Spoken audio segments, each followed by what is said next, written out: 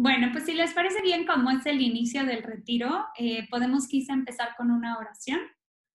En el nombre del Padre, del Hijo, del Espíritu Santo. Amén. Amén.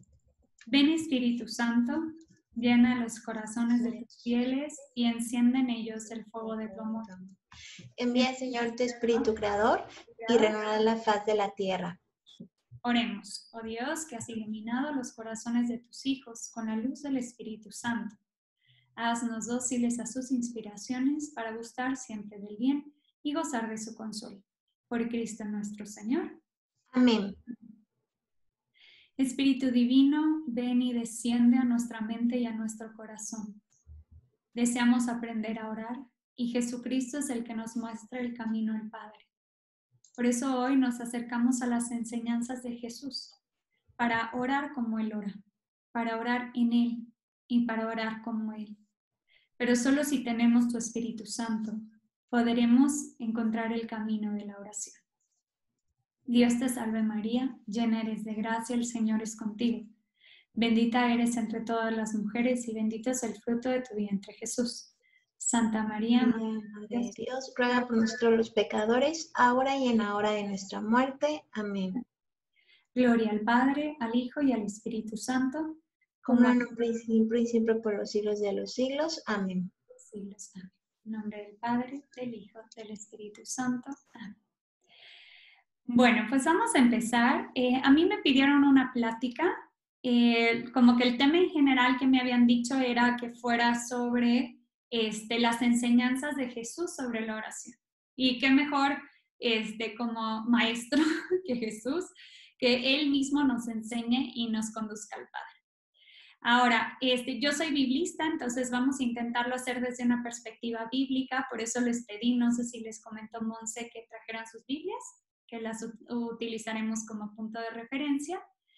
Y pues tuve que hacer una elección, obviamente, pues dentro de las enseñanzas de Jesús sobre la oración, pues son muchísimas y por lo tanto, pues sí ayuda cuando nos acotamos. Digo, una opción podría ser enlistar todas las enseñanzas de Jesús sobre la oración, pero yo elegí otra que fue pues centrarnos en una enseñanza de Jesús que encontramos específicamente en lo que yo puse el contexto del Sermón de la Montaña de Mateo.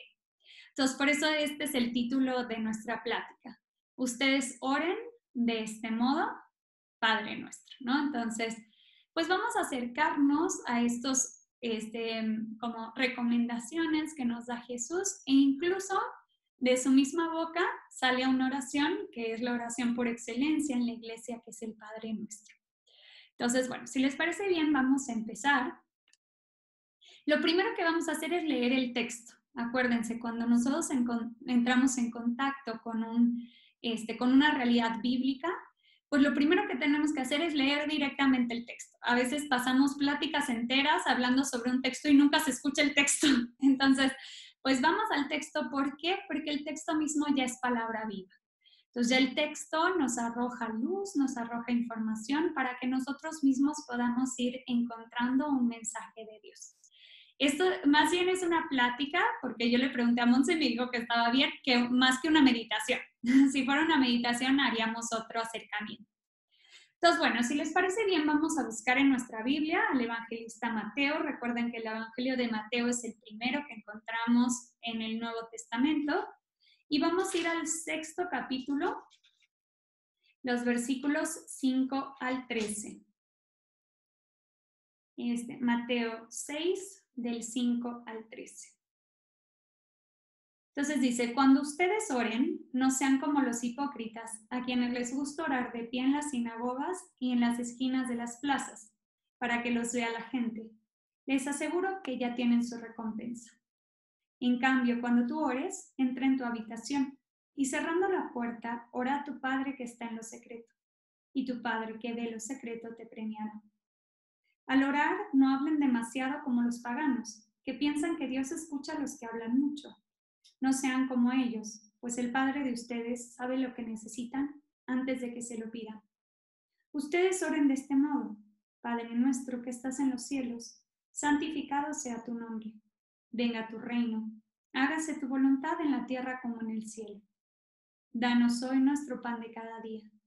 Perdona nuestras ofensas, como también nosotros hemos perdonado a los que nos ofenden. No nos pongas a prueba y líbranos del mal. Casi nos dan ganas de decir amén. Entonces, bueno, pues nos encontramos con este hermosísimo texto en donde Jesús da algunas enseñanzas de cómo orar. Pero siempre a nivel bíblico tenemos que poner en contexto los textos con los que nos acercamos, porque si no, a veces no los entendemos, o quizá los entendemos un poco, pero nos falta como toda una realidad más amplia en donde como lo ubicamos o localizamos este texto. Entonces vamos a ver el contexto. El primer contexto que encontramos es el inicio de la vida pública de Jesús. Antes del Sermón de la Montaña, que es en donde se encuentra nuestro texto, ¿qué está pasando en esta vida de Jesús? Jesús ya inicia su vida pública. Después vamos a encontrar el centro, que es el Sermón de la Montaña, que es en donde se encuentra el discurso, en donde se encuentran estas como frases, versículos que hemos leído. Y por último, ya vamos a centrarnos en las enseñanzas sobre la oración. Entonces vamos a ver este primer contexto, después el Sermón de la Montaña, el discurso y después ya las enseñanzas sobre la oración. Entonces vamos a hablar sobre qué hay antes de este discurso y por qué es importante entender qué hay antes para comprender bien el discurso. Entonces el texto lo encontramos en Mateo 4:23, que en este caso se las puse fácil porque ya lo pusimos aquí, entonces no hay que buscarlo. Entonces el texto dice, Jesús recorría toda Galilea, enseñando en las sinagogas de los judíos, proclamando la buena noticia del reino y sanando todas las enfermedades y dolencias de la gente. ¿Por qué es importante comprender esto? Porque antes de que Jesús hable y enseñe, Él ya ha realizado algunos signos. Recuerden que Jesús, al iniciar su vida pública, esta vida pública consiste en anunciar la llegada del reino. Ya vino el reino. ¿Y cómo sabemos que ha venido el reino? Porque Él empieza a hacer unas señales. ¿Y estas señales qué son? Los milagros. Sana las enfermedades y cura toda dolencia, especialmente la expulsión de los demonios. Entonces, esos dos elementos, siempre que ustedes piensen en el reino de Dios, ¿cómo sabemos que ya llegó el reino de Dios? Por esas dos cosas, porque ya se están empezando a curar los enfermos y a expulsar a los demonios, ¿no? Entonces se presenta como un tiempo próspero, un tiempo pleno cuando viene el reino. ¿Y qué es lo que hace Jesús? También empieza a enseñar, ¿no? Ya empieza a recorrer todas las sinagogas y empieza a enseñar. ¿Y qué es lo característico del modo de enseñar de Jesús? Como vamos a hablar de las enseñanzas de Jesús en la oración, tenemos que comprender qué es lo característico. Lo característico es que el evangelista Mateo nos dice que Jesús habla con autoridad. Esto lo dice en Mateo 7, del 28 al 29. Les voy a leer el texto. Dice, cuando Jesús terminó este discurso, la gente quedó asombrada por su enseñanza, ya que lo hacía con autoridad y no como los maestros de la ley. Entonces, los que están escuchando a Jesús y a sus enseñanzas dicen, es que este sí habla con autoridad, no como los otros, los maestros de la ley. Entonces, para poder entender qué significa que Él hable con autoridad, tenemos que preguntarnos, ¿cómo enseñan los maestros de la ley que ellos no tienen autoridad? Y Jesús mismo, más adelante en el Evangelio de Mateo 23:4, dice que los fariseos y los maestros de la ley atan cargas pesadas, difíciles de llevar, y las colocan sobre las espaldas de la gente, pero ellos ni con un dedo quieren moverlas. ¿Qué significa? Que aquel que enseña con autoridad es el que vive lo que enseña. Los maestros de la ley, los fariseos, no están viviendo lo que enseñan. En cambio, Jesús sí. ¿Por qué nos sirve entonces este primer contexto? Porque cuando Jesús enseña a través del discurso del Sermón de la Montaña, Él, como es aquel que vive lo que enseña, lo hace con autoridad. Entonces, ahora sí, pues vamos a acercarnos a este Sermón de la Montaña. El Sermón de la Montaña es importantísimo. De hecho, ahí está como que la síntesis y el resumen de todo el proyecto del reino de Dios para Jesús, ¿no? Si alguna tiene el interés de profundizar en qué es el reino de Dios, nosotros que somos miembros del Reino Christi, ¿no? ¿Qué es el reino de Dios? Pues en este sermón de la montaña están contenidas esas enseñanzas de cómo vivir según el reino. Pero, otra vez, para poder entender pues esas enseñanzas a las cuales les prometo que sí llegaremos, tenemos que entender un poco qué sucede en este sermón de la montaña, ¿no? Hay una frase, un versículo importantísimo al inicio del sermón de la montaña para que nos ayude a entender qué es este sermón y qué está pasando, ¿no? Entonces, este versículo lo encontramos en Mateo 5:1, que es el inicio del discurso que llamamos, gracias a San Agustín. San Agustín fue el que le puso este nombre, Sermón de la Montaña, que es el primer discurso de Mateo. Mateo tiene 5 discursos y este es el primero, es el más largo y el más importante, ¿no? Entonces, ya esto nos da pauta para entender que si dentro de este discurso del Sermón de la Montaña, que es el más importante, se habla sobre la oración tiene que ser importante, ¿no?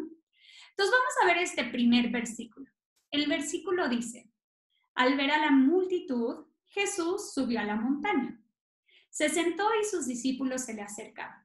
Entonces comenzó a enseñarles. Este versículo parece muy sencillo. Podríamos incluso pensar que simplemente es parte de la narración, ¿no? Como el decir, pues obvio, Jesús le iba a hablar a muchísima gente. ¿Cómo todos lo iban a escuchar? Pues se subió en lo más alto, ¿no? ¿Cómo hacemos cuando queremos que todo un auditorio se calle? Pues nos subimos un poco o a una silla o a la zona donde está el profesor para que todos nos escuchen, ¿no? Entonces podríamos llegar a esa conclusión. También podríamos decir, pues si él sabía que el discurso iba a ser el más largo de todo el Evangelio de Mateo, pues se sentó obviamente de lo cansado que iba a estar de hablar. Y se le acercaron, pues también podríamos concluir, pues para que escuchen bien, se le acercaron todos, ¿no? Sin embargo, todas estas como elementos de la narración, el autor sagrado nos está diciendo, tienes que estar atento. Algo te quiero decir. No solo te quiero decir que Jesús necesitó ponerse en alto para que todos lo escucharan. Esa es una primera interpretación. Pero quiero que entiendas un sentido mucho más profundo, un sentido teológico. Entonces vamos a acercarnos a este sentido teológico para después poder entender en qué contexto están estas enseñanzas sobre la oración. Lo primero que vamos a hacer énfasis es en esto que yo puse en negritas, que dice, subió a la montaña.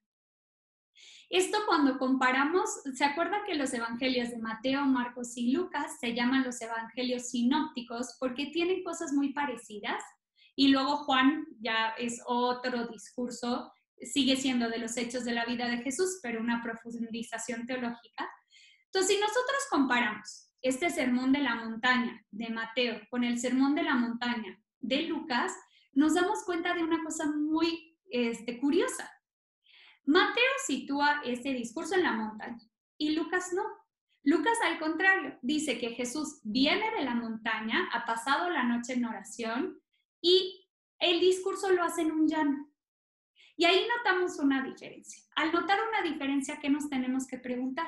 Mateo, ¿qué nos está queriendo decir hablando de la montaña?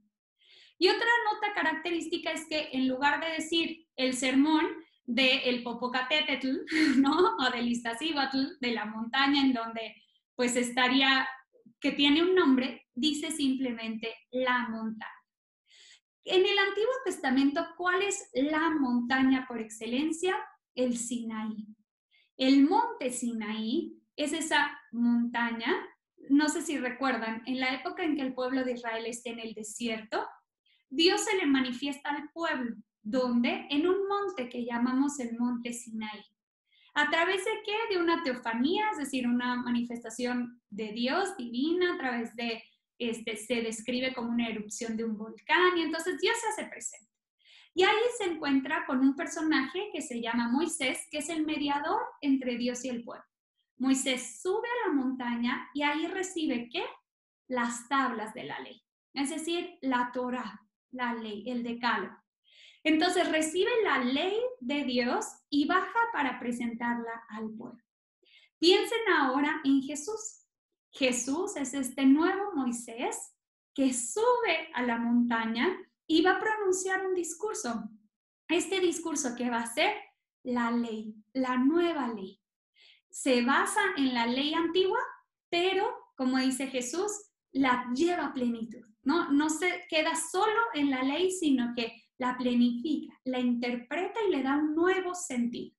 Entonces, al decirnos Mateo, Jesús está subiendo a la montaña, nos dice, prepárense, van a escuchar la ley del reino de Dios. Ya no la ley del pueblo de Israel, sino la ley del reino de Dios que ha llegado. Y hay una cosa muy curiosa, porque en el Antiguo Testamento se dice que esta ley, la Torá, fue revelada por Dios. Como mediador está Moisés, pero es revelada por Dios. Y eso no pasa en las otras culturas. Las otras culturas nunca hacen que el autor del derecho sea Dios, los dioses, sino que el Dios es el garante del derecho, no el autor del derecho. Pero el pueblo de Israel considera que el origen de la ley viene de Dios, es divina. Entonces, al decirnos Mateo que Jesús va a pronunciar este discurso y va a decir la ley, nos está diciendo, Él es Dios. Y la ley que viene de Dios, la enseñanza que viene de Él, viene de Dios. Entonces, Jesús es más que Moisés, ¿no? No solo es Moisés, sino más que Moisés. Y después hay otra nota que nos dice, atentos, Jesús se sentó. ¿Qué es lo que nos quiere decir el evangelista? Jesús al sentarse se está sentando en la cátedra de Moisés. Él es el maestro que nos va a enseñar. Y más adelante en el Evangelio, Mateo llega a decir que los maestros de la ley, los fariseos, se han sentado en la cátedra de Moisés. Es decir, ¿qué es sentarse en la cátedra de Moisés? Moisés era el mediador de la ley, el que podía interpretar la ley. Entonces, quien se sienta en la cátedra de Moisés es el que tiene esa función de explicarle al pueblo la ley. Eso era lo que hacían los maestros de la ley y los fariseos, pero ellos no lo hacen correctamente, son hipócritas. En cambio, Jesús, Dios, el nuevo Moisés, se sienta en la cátedra, en la cátedra para dar una explicación, ¿no? Para presentarnos una interpretación de la ley, cómo Él interpreta la ley.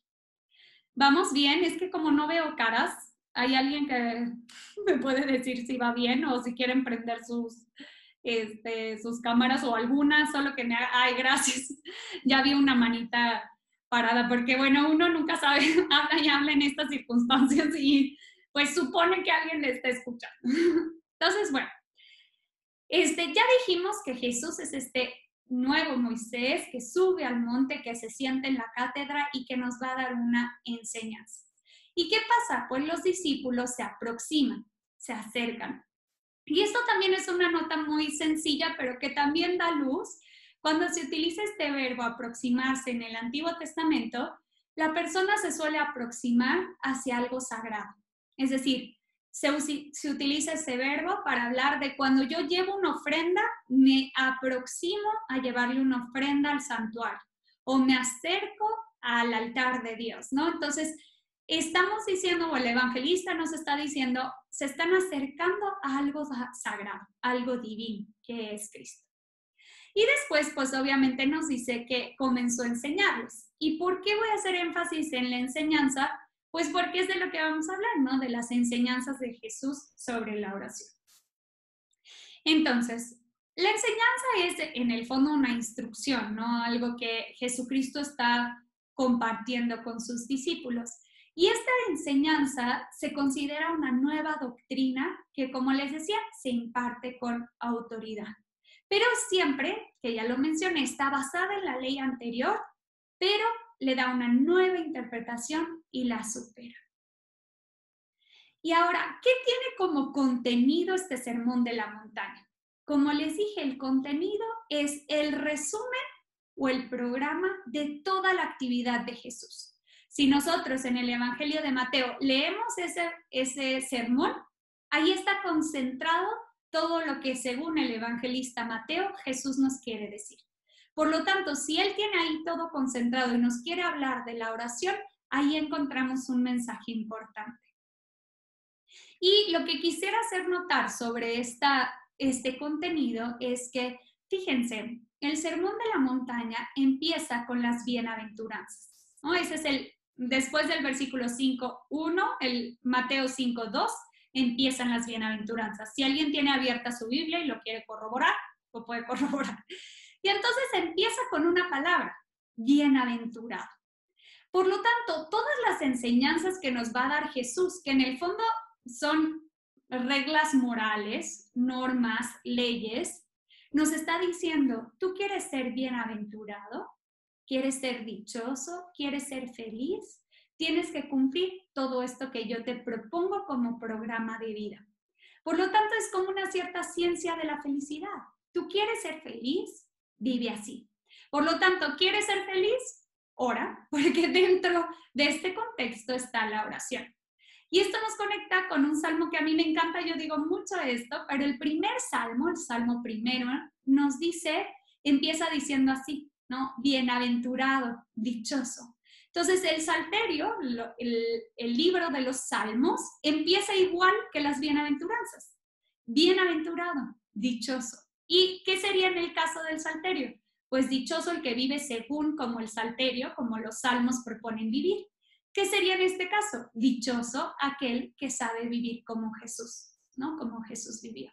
Por lo tanto, tenemos esto, lo que les decía, una ley antigua que es plenificada por Cristo. Un camino antiguo hacia la felicidad, plenificado y presentado por Cristo como nuevo camino. ¿Y qué se encuentra en el centro de este discurso? O sea, es un discurso bastante largo, como les decía, el más largo de Mateo.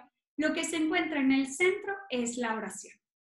Recuerden que en la mentalidad hebrea, uno de los modos de escribir es concéntrico, es decir, son como aros concéntricos que se van uniendo hasta llegar a un centro. Y lo más importante es ese centro. Nosotros, bueno, al menos yo, mi pensamiento es más bien lineal, ¿no? Como que lo más importante me parece quizá al final.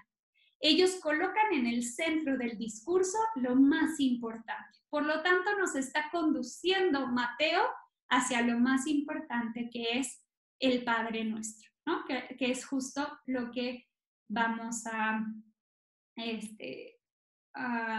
comentar, ¿no? Esto es una nota muy sencilla, pero como me gustaría compartirlo. Ahorita hemos hablado sobre las enseñanzas de Jesús, ¿no? Como Jesús como nuevo Moisés que interpreta la ley y le enseña a sus discípulos, y este contenido es una ciencia de la felicidad.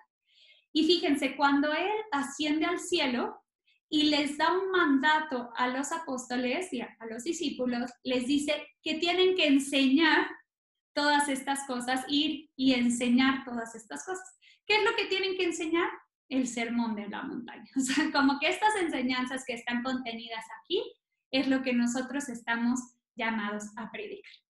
Van a decir, llevo media hora y ni siquiera he entrado en tema, pero bueno, era importante este contexto porque creo que nos hace entender ahora sí la importancia de este texto central, ¿no? Ahora sí sabemos qué valor tiene este texto que vamos a comentar. Entonces, bueno. Vamos a hablar de las enseñanzas de Jesús sobre la oración, ¿no? Como en este contexto muy concreto. Entonces, lo primero que vamos a decir es, retomando lo que hemos dicho, Jesús durante todo este discurso parte de las leyes que ya existían, de las leyes de la Torá, y Él les da un nuevo sentido y una nueva explicación. ¿Qué pasa con este texto sobre la oración?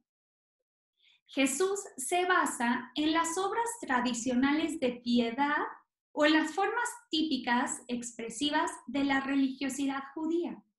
En su época, el judaísmo expresaba su religión con 3 obras muy conocidas por nosotros, que nosotros las ponemos en práctica, sobre todo en Adviento y en Cuaresma. que es la limosna, la oración y el ayuno. Vamos les voy a decir yo, en el libro de Tobías, en el capítulo 12, ahí se listan estas obras. Les voy a leer el texto. Dice, cosa buena es la oración, con ayuno y limosna y justicia. Los que hacen limosna y justicia serán colmados de vida. Entonces, fíjense cómo se repite esta idea de la ciencia de la felicidad. Si tú vives estas tres cosas, la oración, el ayuno y la limosna, serás colmado de vida. O sea, tendrás una vida plena. Entonces, dentro de estas tres formas que en el judaísmo ya existían, que Jesús las toma y hace unas indicaciones, pues en el centro está justo la oración. La oración para el pueblo de Israel es una forma de piedad que se considera como ejercicio de la comunión con Dios, ¿no? Es como este lugar de encuentro y de comunión con Dios. Ay, me están escribiendo algo en el chat y yo no me estoy dando cuenta. Bueno, sí, buenísimo, porque yo digo, ay, Dios mío. A veces es un poco difícil gestionar todas las cosas. Entonces, vamos a hablar entonces de esta parte de la oración. La oración está contenida en los versículos en Mateo 6, del 5 al 13, que fue el texto que leímos en un inicio. Y Jesús presenta dos negativas, o sea, no hay que orar como los hipócritas y no hay que orar como los paganos o como los gentiles. Y propone un modo nuevo de orar, que lo vamos a concretar en orar como hijos, ¿no? Jesús propone una oración de los hijos de Dios, que tiene su culmen en el Padre Nuestro. Entonces, vamos a hablar de cómo no hay que orar y cómo hay que orar como hijos. Entonces, lo primero es que no hay que orar como los hipócritas. Entonces, vamos a buscar en nuestro texto original, que fue Mateo 6, los versículos 5 al 6. El texto dice, cuando ustedes oren, no sean como los hipócritas, a quienes les gusta orar de pie en las sinagogas y en las esquinas de las plazas, para que los vea la gente. Les aseguro que ya tienen su recompensa. En cambio, cuando tú ores, entra en tu habitación y cerrando la puerta, ora a tu Padre que está en lo secreto, y tu Padre que ve lo secreto te premiará. Entonces vamos a empezar como a analizar este texto sobre cómo no tenemos que orar y cómo sí tenemos que orar. Entonces, ¿a quiénes se refiere a los hipócritas? Pues se refiere otra vez a los maestros de la ley y a los fariseos. Entonces hay que entender un poquito cómo era la oración judía en esa época para poder individuar qué es lo que no debemos de hacer, ¿no? Entonces, la oración judía en tiempos de Jesús se recitaba, o el judío piadoso oraba 3 veces al día, uniéndose a los sacrificios del templo, en el sacrificio de la mañana, de la tarde y además rezaba en el anochecer. Y estas se llamaban las oraciones periódicas. Claro que siempre está el énfasis tanto en los salmos como en los libros de la sabiduría, que la oración tiene que estar unida a las obras de justicia, que vamos a verlo más adelante cómo Jesús vuelve a insistir en esta oración ligada a las obras de justicia. O sea, tú no puedes orar y después no atender a las necesidades de los que no tienen para vivir, ¿no? Que no tienen su sustento, ¿no? Entonces, Jesús dice que no podemos orar como los hipócritas que oran en las sinagogas y en las esquinas de las plazas. Ahí tenemos que hacer una distinción. Jesús no está en contra de orar ni en la sinagoga ni en las esquinas de las plazas. De hecho, en esa época la oración por excelencia se realizaba en la sinagoga. Pero como la sinagoga no era el templo todavía existía, no se había destruido, pues entonces la sinagoga no se consideraba un espacio sagrado. Y entonces también podías orar fuera, ¿no? En las plazas. Fíjense qué interesante una interpretación un comentario de un rabino del siglo 150 después de Cristo, es decir, muy cerca de la vida de Jesús. Él dice, si oras, ora en la sinagoga. Si no puedes orar en la sinagoga, ora en el campo. Si no puedes orar en el campo, hazlo en tu casa. Si no puedes orar en tu casa, ora en tu corazón. Es casi como si estuviéramos escuchando a Jesús, ¿no? Porque Jesús fue justo un intérprete, o sea, interpretó la ley como un maestro, ¿no? Entonces este rabino está diciendo que todos esos lugares es lícito orar. Por lo tanto, Jesús no está diciendo que están equivocados por orar en la sinagoga o en las plazas, sino que el problema no es tanto ni el lugar ni la postura, sino que el problema es de aquellos hipócritas que oran para mostrarse, para enseñarle a los demás que están orando. Y por lo tanto, ellos ya recibieron la recompensa, perdiéndose de la verdadera recompensa. Entonces, lo negativo sería orar como haciendo un espectáculo, ¿no? Y esta oración, que es un espectáculo, en el fondo no está dirigida a Dios, sino que está dirigida más bien a los hombres, para ser vistos por los demás. ¿Y qué es lo que pasa? La tristeza más grande. Eso imposibilita la recompensa. ¿Cuál es la recompensa? La comunión filial con Dios.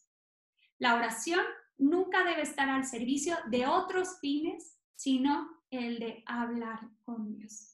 Y entonces ahí ya empieza a poderlo aplicar a nuestra vida, ¿no? Ese es el primer, no ores así, ¿no?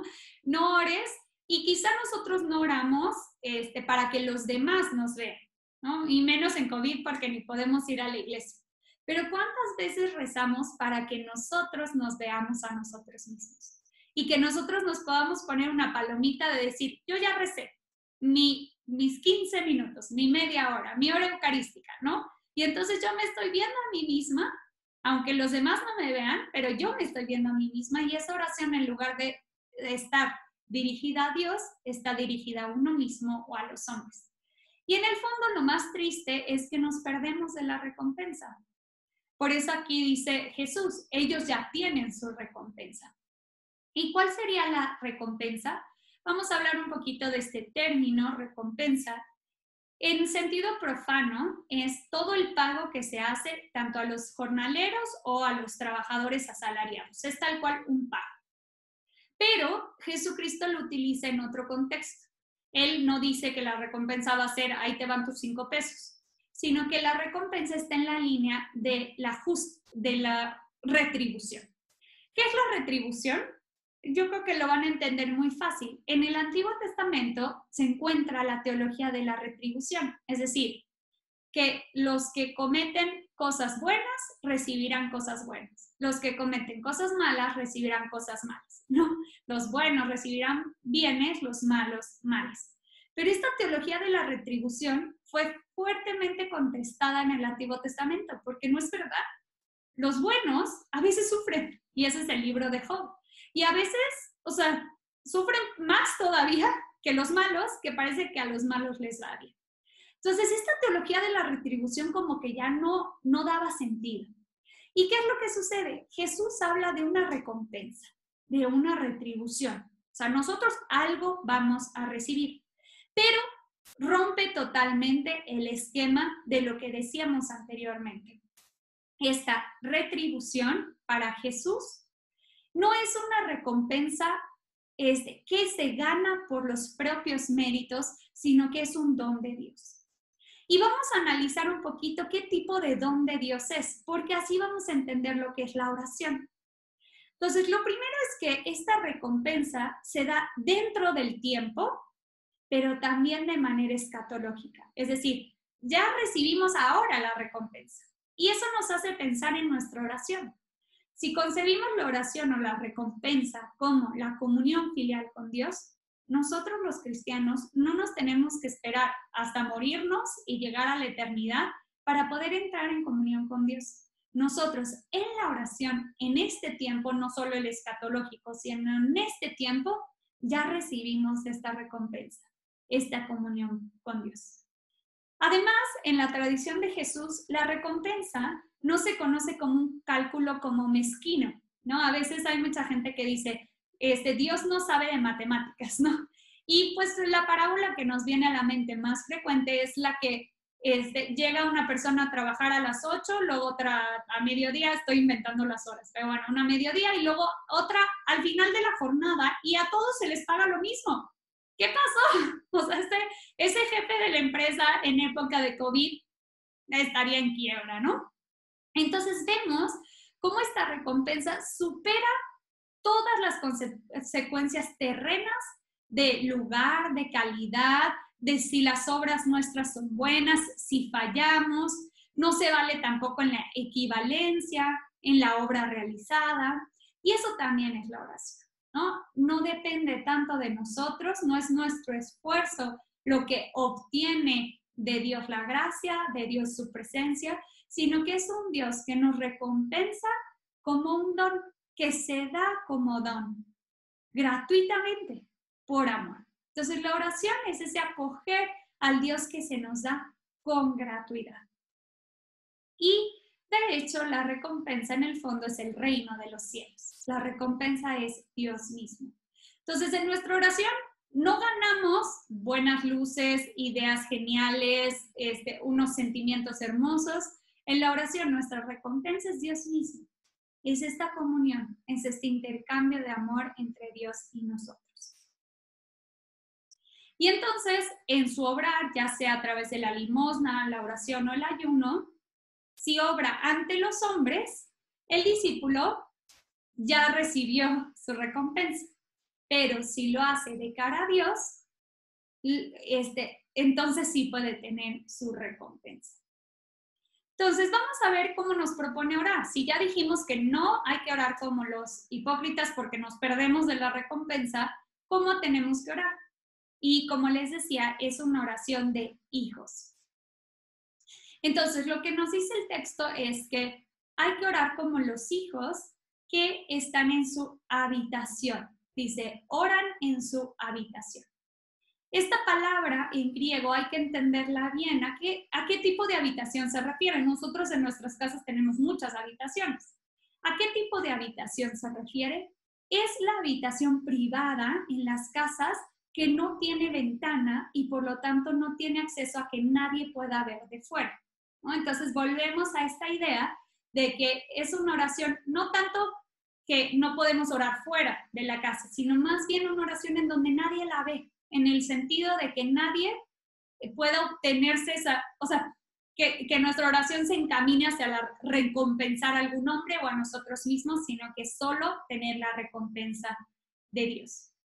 En esta habitación privada es en donde se intercambian los secretos, ¿no? Lucas nos dice, pues un secreto, si tú lo dices en la azotea, pues ya se enteró todo el pueblo, ¿no? Y pueblo chico, infierno grande. Entonces mejor dilo en tu habitación en donde se dicen los secretos, ¿no? Entonces, pues esto sería en la intimidad. En el caso de Jesús, que obviamente es nuestro maestro y nuestro ejemplo, ¿cuál era esta habitación privada? En la montaña, ¿no? Jesús subía a la montaña normalmente de noche y ahí realizaba su oración. Y ahí era donde se encontraba con Dios. Incluso esta habitación privada, Hilario, que es un padre de la iglesia de los primeros siglos, hace una metáfora y una interpretación, lo que se llama alegórica, de esta habitación. Y dice que esta habitación es el corazón, las moradas del corazón y la puerta de los sentidos. Y pues nos hace sentido si nosotros pensamos en ese texto que leímos del rabino del siglo II después de Cristo, en donde dice, si no puedes orar en la sinagoga, ora en el campo. Si no puedes en el campo, en tu casa. Si no puedes en tu casa, pues en tu corazón, ¿no?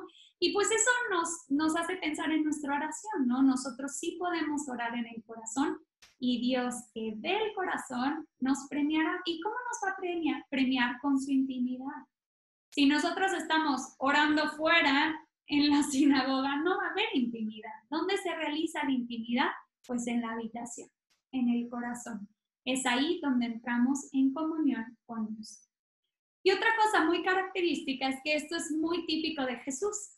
Él introduce la palabra Padre, ¿no? Dice que y tu Padre, ora a tu Padre que esté en lo secreto y tu Padre que ve lo secreto te recompensará. Es decir, pues como sabemos, el Dios de Jesús es un Dios Padre. Por eso sabemos que es una oración de hijos. La correcta oración es aquella que se dirige a Dios, al Padre. Y por lo tanto, la finalidad de la oración es este diálogo con el Padre en lo junto. Y la recompensa, pues es esa comunión, esta filiación, el sabernos hijos de Dios que está. Ahora, pero además de decirnos que no podemos orar como los hipócritas, también nos dice que es bueno no orar como los paganos. Entonces ya tenemos a los judíos y ahora vamos a analizar a los paganos, a los gentiles, a los que no creen en el Dios de Israel. Entonces Jesús nos dice, mejor como ellos tampoco oren. No, tampoco es un ejemplo para usted. ¿Cómo oran los gentiles? Entonces seguimos en ese mismo texto de Mateo 6, versículos 7 al 8. Y entonces dice, al orar no hablen demasiado, como los paganos, que piensan que Dios escucha a los que hablan mucho. No sean como ellos, pues el Padre de ustedes sabe lo que necesitan antes de que se lo pidan, ¿no? Entonces, nos encontramos con los paganos, ¿no? Y entonces decimos, bueno, pues Dios nos dice no orar como los paganos, entonces no voy a decir muchas cosas, voy a orar pocas cosas para no hablar mucho, ¿no? Las mujeres estaríamos todas excluidas del reino de los cielos. ¿A qué se refiere realmente con no hablar mucho? Porque tenemos que entender su sentido en el contexto. Está diciendo no como los paganos que hablan mucho. Fíjense, la mayoría de las oraciones judías eran largas. La oración pública eran los salmos. Hay salmos que tienen 150 versículos, o sea, hay salmos larguísimos. Y eso no es lo que Jesús está condenando o está invitando a cambiar. Lo que Jesús indica es que los gentiles oraban con muchas palabras, con una serie de palabras que se multiplicaban, porque ellos tenían la convicción de que la eficacia se encontraba en la abundancia de las palabras. Entonces, la oración tenía un cierto efecto mágico, ¿no? Si yo digo muchas palabras, es como casi una fórmula mágica, los dioses me van a conceder lo que yo quiero. Y fíjense, nosotros como que ahí nos acercamos un poquito a los paganos y ahí vamos el pobre San Antonio volteándolo de cabeza para que nos dé un novio. Y entonces nosotros a veces concebimos la oración también un poquito mágica, ¿no? Yo creo que no volteé bien al San Antonio porque nunca me llegó el novio aquel, ¿no? Entonces, pues esto es lo que Jesús dice, ustedes no sean como los paganos. Y además hablan mucho, ¿por qué? Porque tienen muchísimos dioses. Entonces, pues como nuestros antepasados, ¿no? El dios de la lluvia, Tlaloc, el dios de la guerra, Huitzilopochtli, la diosa de la fertilidad, la Coatlicue, la diosa de la luna, la Coyolxauhqui, y entonces, pues, ¿qué necesidad tengo? Pues voy a orar a cada diosecito para que todos me escuchen, ¿no? Entonces, en el fondo, pues es condenar una cierta idolatría, ¿no? Un sentido mágico de la oración y una idolatría. ¿Y qué es lo que propone, no? Recuerden, Jesús nos propone orar como hijos y dice, no sean como ellos, pues el Padre de ustedes sabe lo que necesitan antes de que se lo pidan. Entonces vamos a analizar un poquito esto que se refiere Jesús. Ya en el Antiguo Testamento encontramos algunas referencias de no hablar mucho en la oración. Obviamente en la oración privada, como les decía, la oración pública era larga y era extensa y está perfecto. Nuestra oración pública, que es la liturgia de las horas, también es larga y no pasa nada y hablamos mucho, ¿no? Pero sí llega a decir, por ejemplo, Siráside dice, no repitas palabras en la oración. O Isaías dice, Dios mira complacido no a quien multiplica palabras, sino a quien se humilla ante él.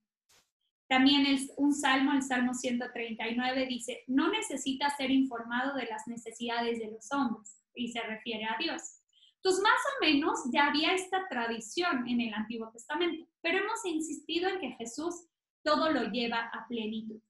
Entonces, Jesús tiene una novedad. No es tanto las pocas palabras, sino que más bien Jesús añade un motivo nuevo. ¿Por qué no orar como los paganos? Porque Dios es Padre. Y entonces, si Dios es Padre, conoce a sus hijos y no necesitan saber cuáles son sus necesidades. Antes de que pronuncien su petición, Dios ya lo sabe. Entonces, ¿qué es lo que Jesús nos está invitando en la oración? Nos está invitando a que nosotros, más que pronunciar palabras, quiere corazones filiales. Entonces, en la oración, en lugar de decirle millones de cosas a Dios, es un corazón de hijo que se abandona en Él y decide y quiere recibir de Él todo don. Es decir, es una oración de confianza, más que en la magia de las palabras que se pronuncian, en el Dios Padre que escucha, conoce y satisface mis necesidades. Y entonces comprendemos la verdadera oración. Nosotros muchas veces decimos, ¿por qué Dios no ha escuchado mis plegarias? Yo llevo 2, 3, 4, 5, 10, 15, 20 años pidiéndole lo mismo y no me escucha. Nosotros tenemos que aprender a ser hijos de Dios que es Padre. Y los que son hijos saben que Dios tiene sus tiempos, que Dios tiene sus maneras, que Dios es Padre, que Dios es más sabio. Y entonces no necesitamos multiplicar las palabras. Es que fíjate que yo necesito explicarte por qué lo necesito tanto, Señor. O sea, es que si yo no tengo novio, o sea, no voy a sobrevivir. O sea, es que tú no estás entendiendo que no va por ahí la oración, ¿no? La oración no es convencer a Dios para que me dé los dones, como sonsacarlo, manipularlo. La oración es más bien un corazón filial que se abandona en Dios. Tú sabes lo que necesito, tú sabes lo que anhela y añora mi corazón. Y yo sé que tú me lo vas a conceder, porque eres mi Padre, no porque eres un Dios mágico que está al servicio de los hombres, sino porque eres Padre. Entonces, bueno, pues ahora sí vamos a llegar al centro mismo del Sermón de la Montaña, que es el Padre Nuestro. Entonces el Señor dice en los versículos del 9 al 13, ustedes oren de este modo. Padre nuestro que estás en los cielos, santificado sea tu nombre, venga tu reino, hágase tu voluntad en la tierra como en el cielo. Danos hoy nuestro pan de cada día, perdona nuestras ofensas como también nosotros hemos perdonado a los que nos ofenden. No nos pongas a prueba y líbranos del mal. Entonces nos encontramos con esta oración, ¿no? Después de haber dicho, no oren como los hipócritas, no oren como los paganos. ¿Cómo les invito a orar? Ustedes oren de este modo, Padre nuestro. Esta oración está más identificada con la oración común. Los judíos tenían una oración privada, que ya la mencionamos, ¿no? Esta oración en donde, que es un poco lo que Jesús habla, ¿no? De oren en tu habitación, oren en lo secreto, Dios conoce tus necesidades. Pero como les decía, los judíos también tenían una oración pública y esta oración pública se realizaba en el templo. Este sería el tipo de oración que Jesús está proponiendo, ¿no? Una oración comunitaria, una oración como de la comunidad.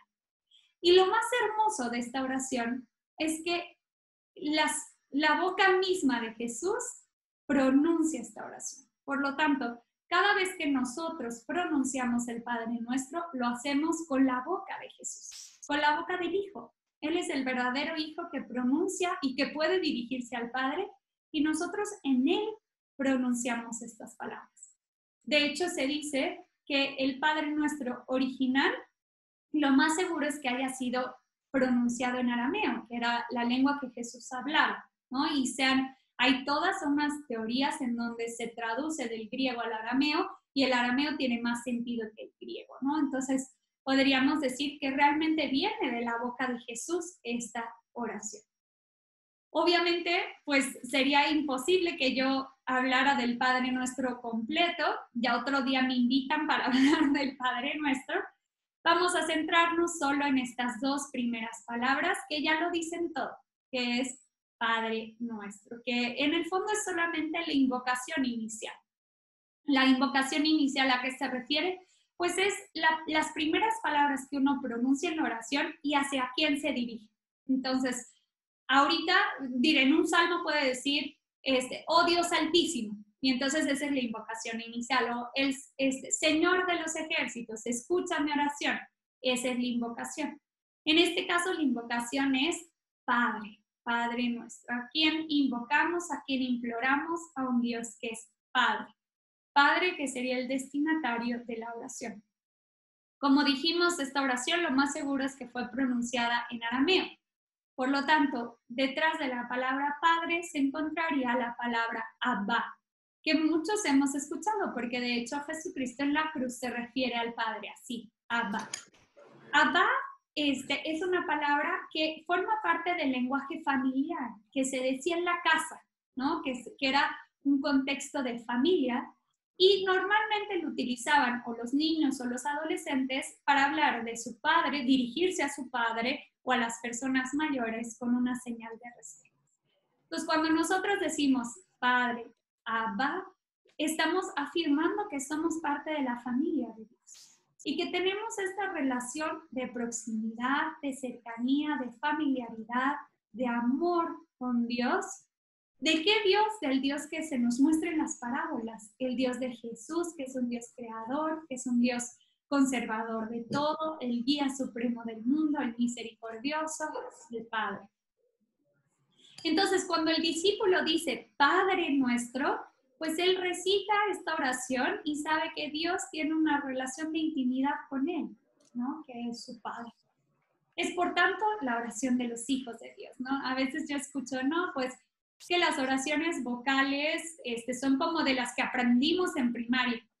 Y yo digo, el Padre nuestro es la oración por excelencia. Si nosotros recitáramos un Padre nuestro con devoción, esa sería la oración más perfecta. De hecho, es la oración más perfecta y la decimos en nombre de Jesús. Y después dice una cosa muy, muy característica, ¿no? Que dice, la invocación es Padre nuestro. Si Jesús quiere conducirnos una relación de intimidad, quizás sería mejor decir Padre mío, ¿no? Que eso te hace como todavía más íntimo. Pero no, Jesús presenta al Padre como el Padre común, el Padre nuestro.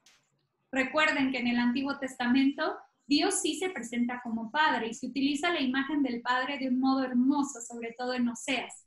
Pero se refiere a que Dios es Padre del pueblo entero. Dios no es Padre de una sola persona. Pero en este caso no, se está hablando de Dios como el Padre de cada uno de nosotros y por lo tanto el Padre de todos los discípulos de Jesús. Entonces, cuando pronunciamos esta oración, cuando Maximiliano 58. Pronuncian esta oración, pegado. Se escucha el micrófono, no sé si lo podrían silenciar. Cuando nosotros pronunciamos esta oración, lo hacemos como miembros de una comunidad, como miembros de una familia. Y por lo tanto, el discípulo no puede existir en solitario.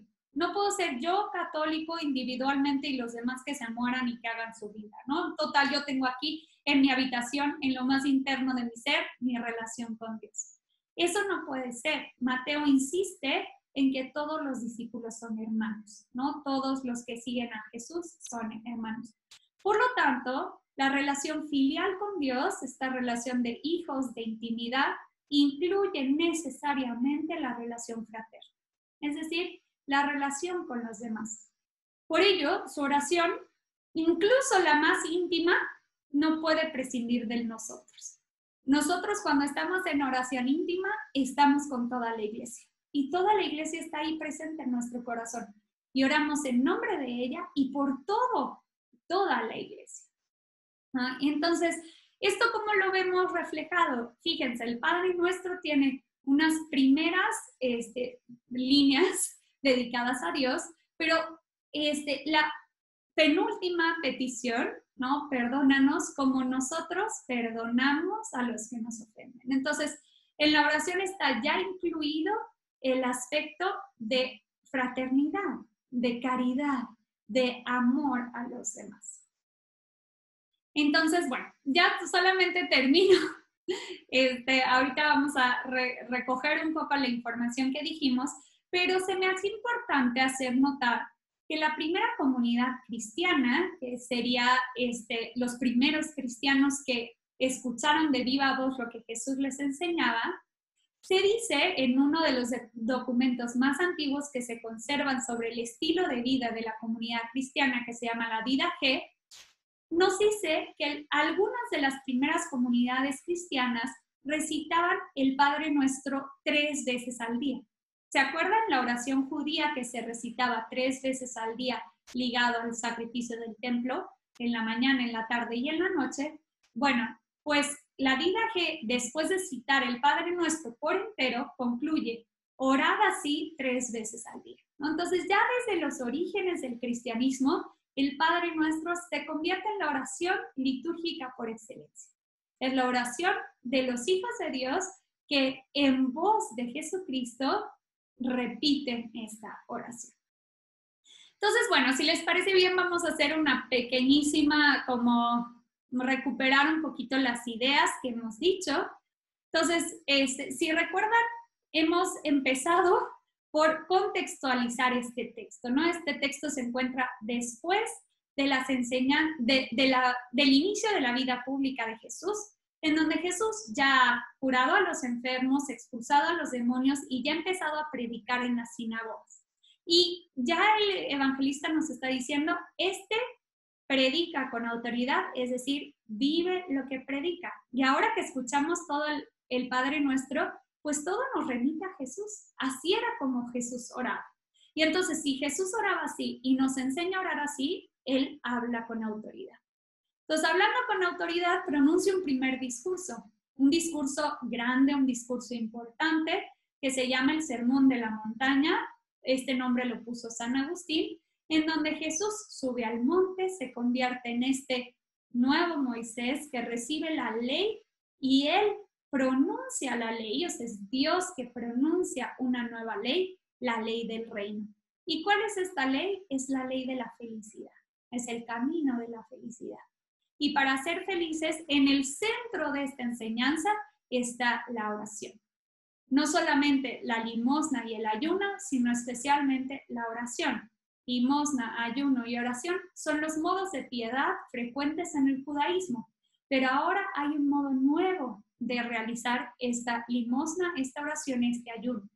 En concreto, la oración se nos invita no a orar como los hipócritas, que ellos oran para hacer ceder a los hombres y pierden la recompensa que es la intimidad con Dios.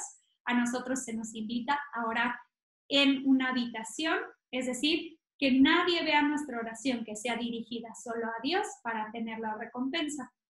Y después se nos dice no orar como los paganos, que al hablar mucho creen que tiene esta eficacia mágica de obtener lo que ellos quieren de los dioses, sino que más bien como hijos, como aquellos que se confían en un Padre, que Él sabe cuándo, cómo, dónde nos va a dar lo que necesitamos. Y por último dice, no oren como los hipócritas, no oren como los paganos, oren de este modo, Padre nuestro. Y nos enseña, en su boca pronuncia lo que nosotros en futuro y la iglesia entera pronunciará, que es el Padre nuestro. Dirigirnos a este Dios que es Abba, que es una relación íntima con nuestro Padre y que es nuestro, es decir, no es mío, sino que es el Padre de la comunidad. Y al orar el Padre Nuestro, estoy orando en comunidad, por la iglesia, en la iglesia y para la iglesia. Bueno, pues espero que les haya ayudado. Yo les dejo aquí mi contacto, si alguna quisiera conocer más. Como les decía al inicio, yo doy cursos de Biblia, talleres de oración, talleres de iconografía. Entonces, en la página de internet o en el mail o en Facebook o en Instagram, ahí pueden encontrar lo que vamos haciendo. Entonces, pues bueno, esto es todo.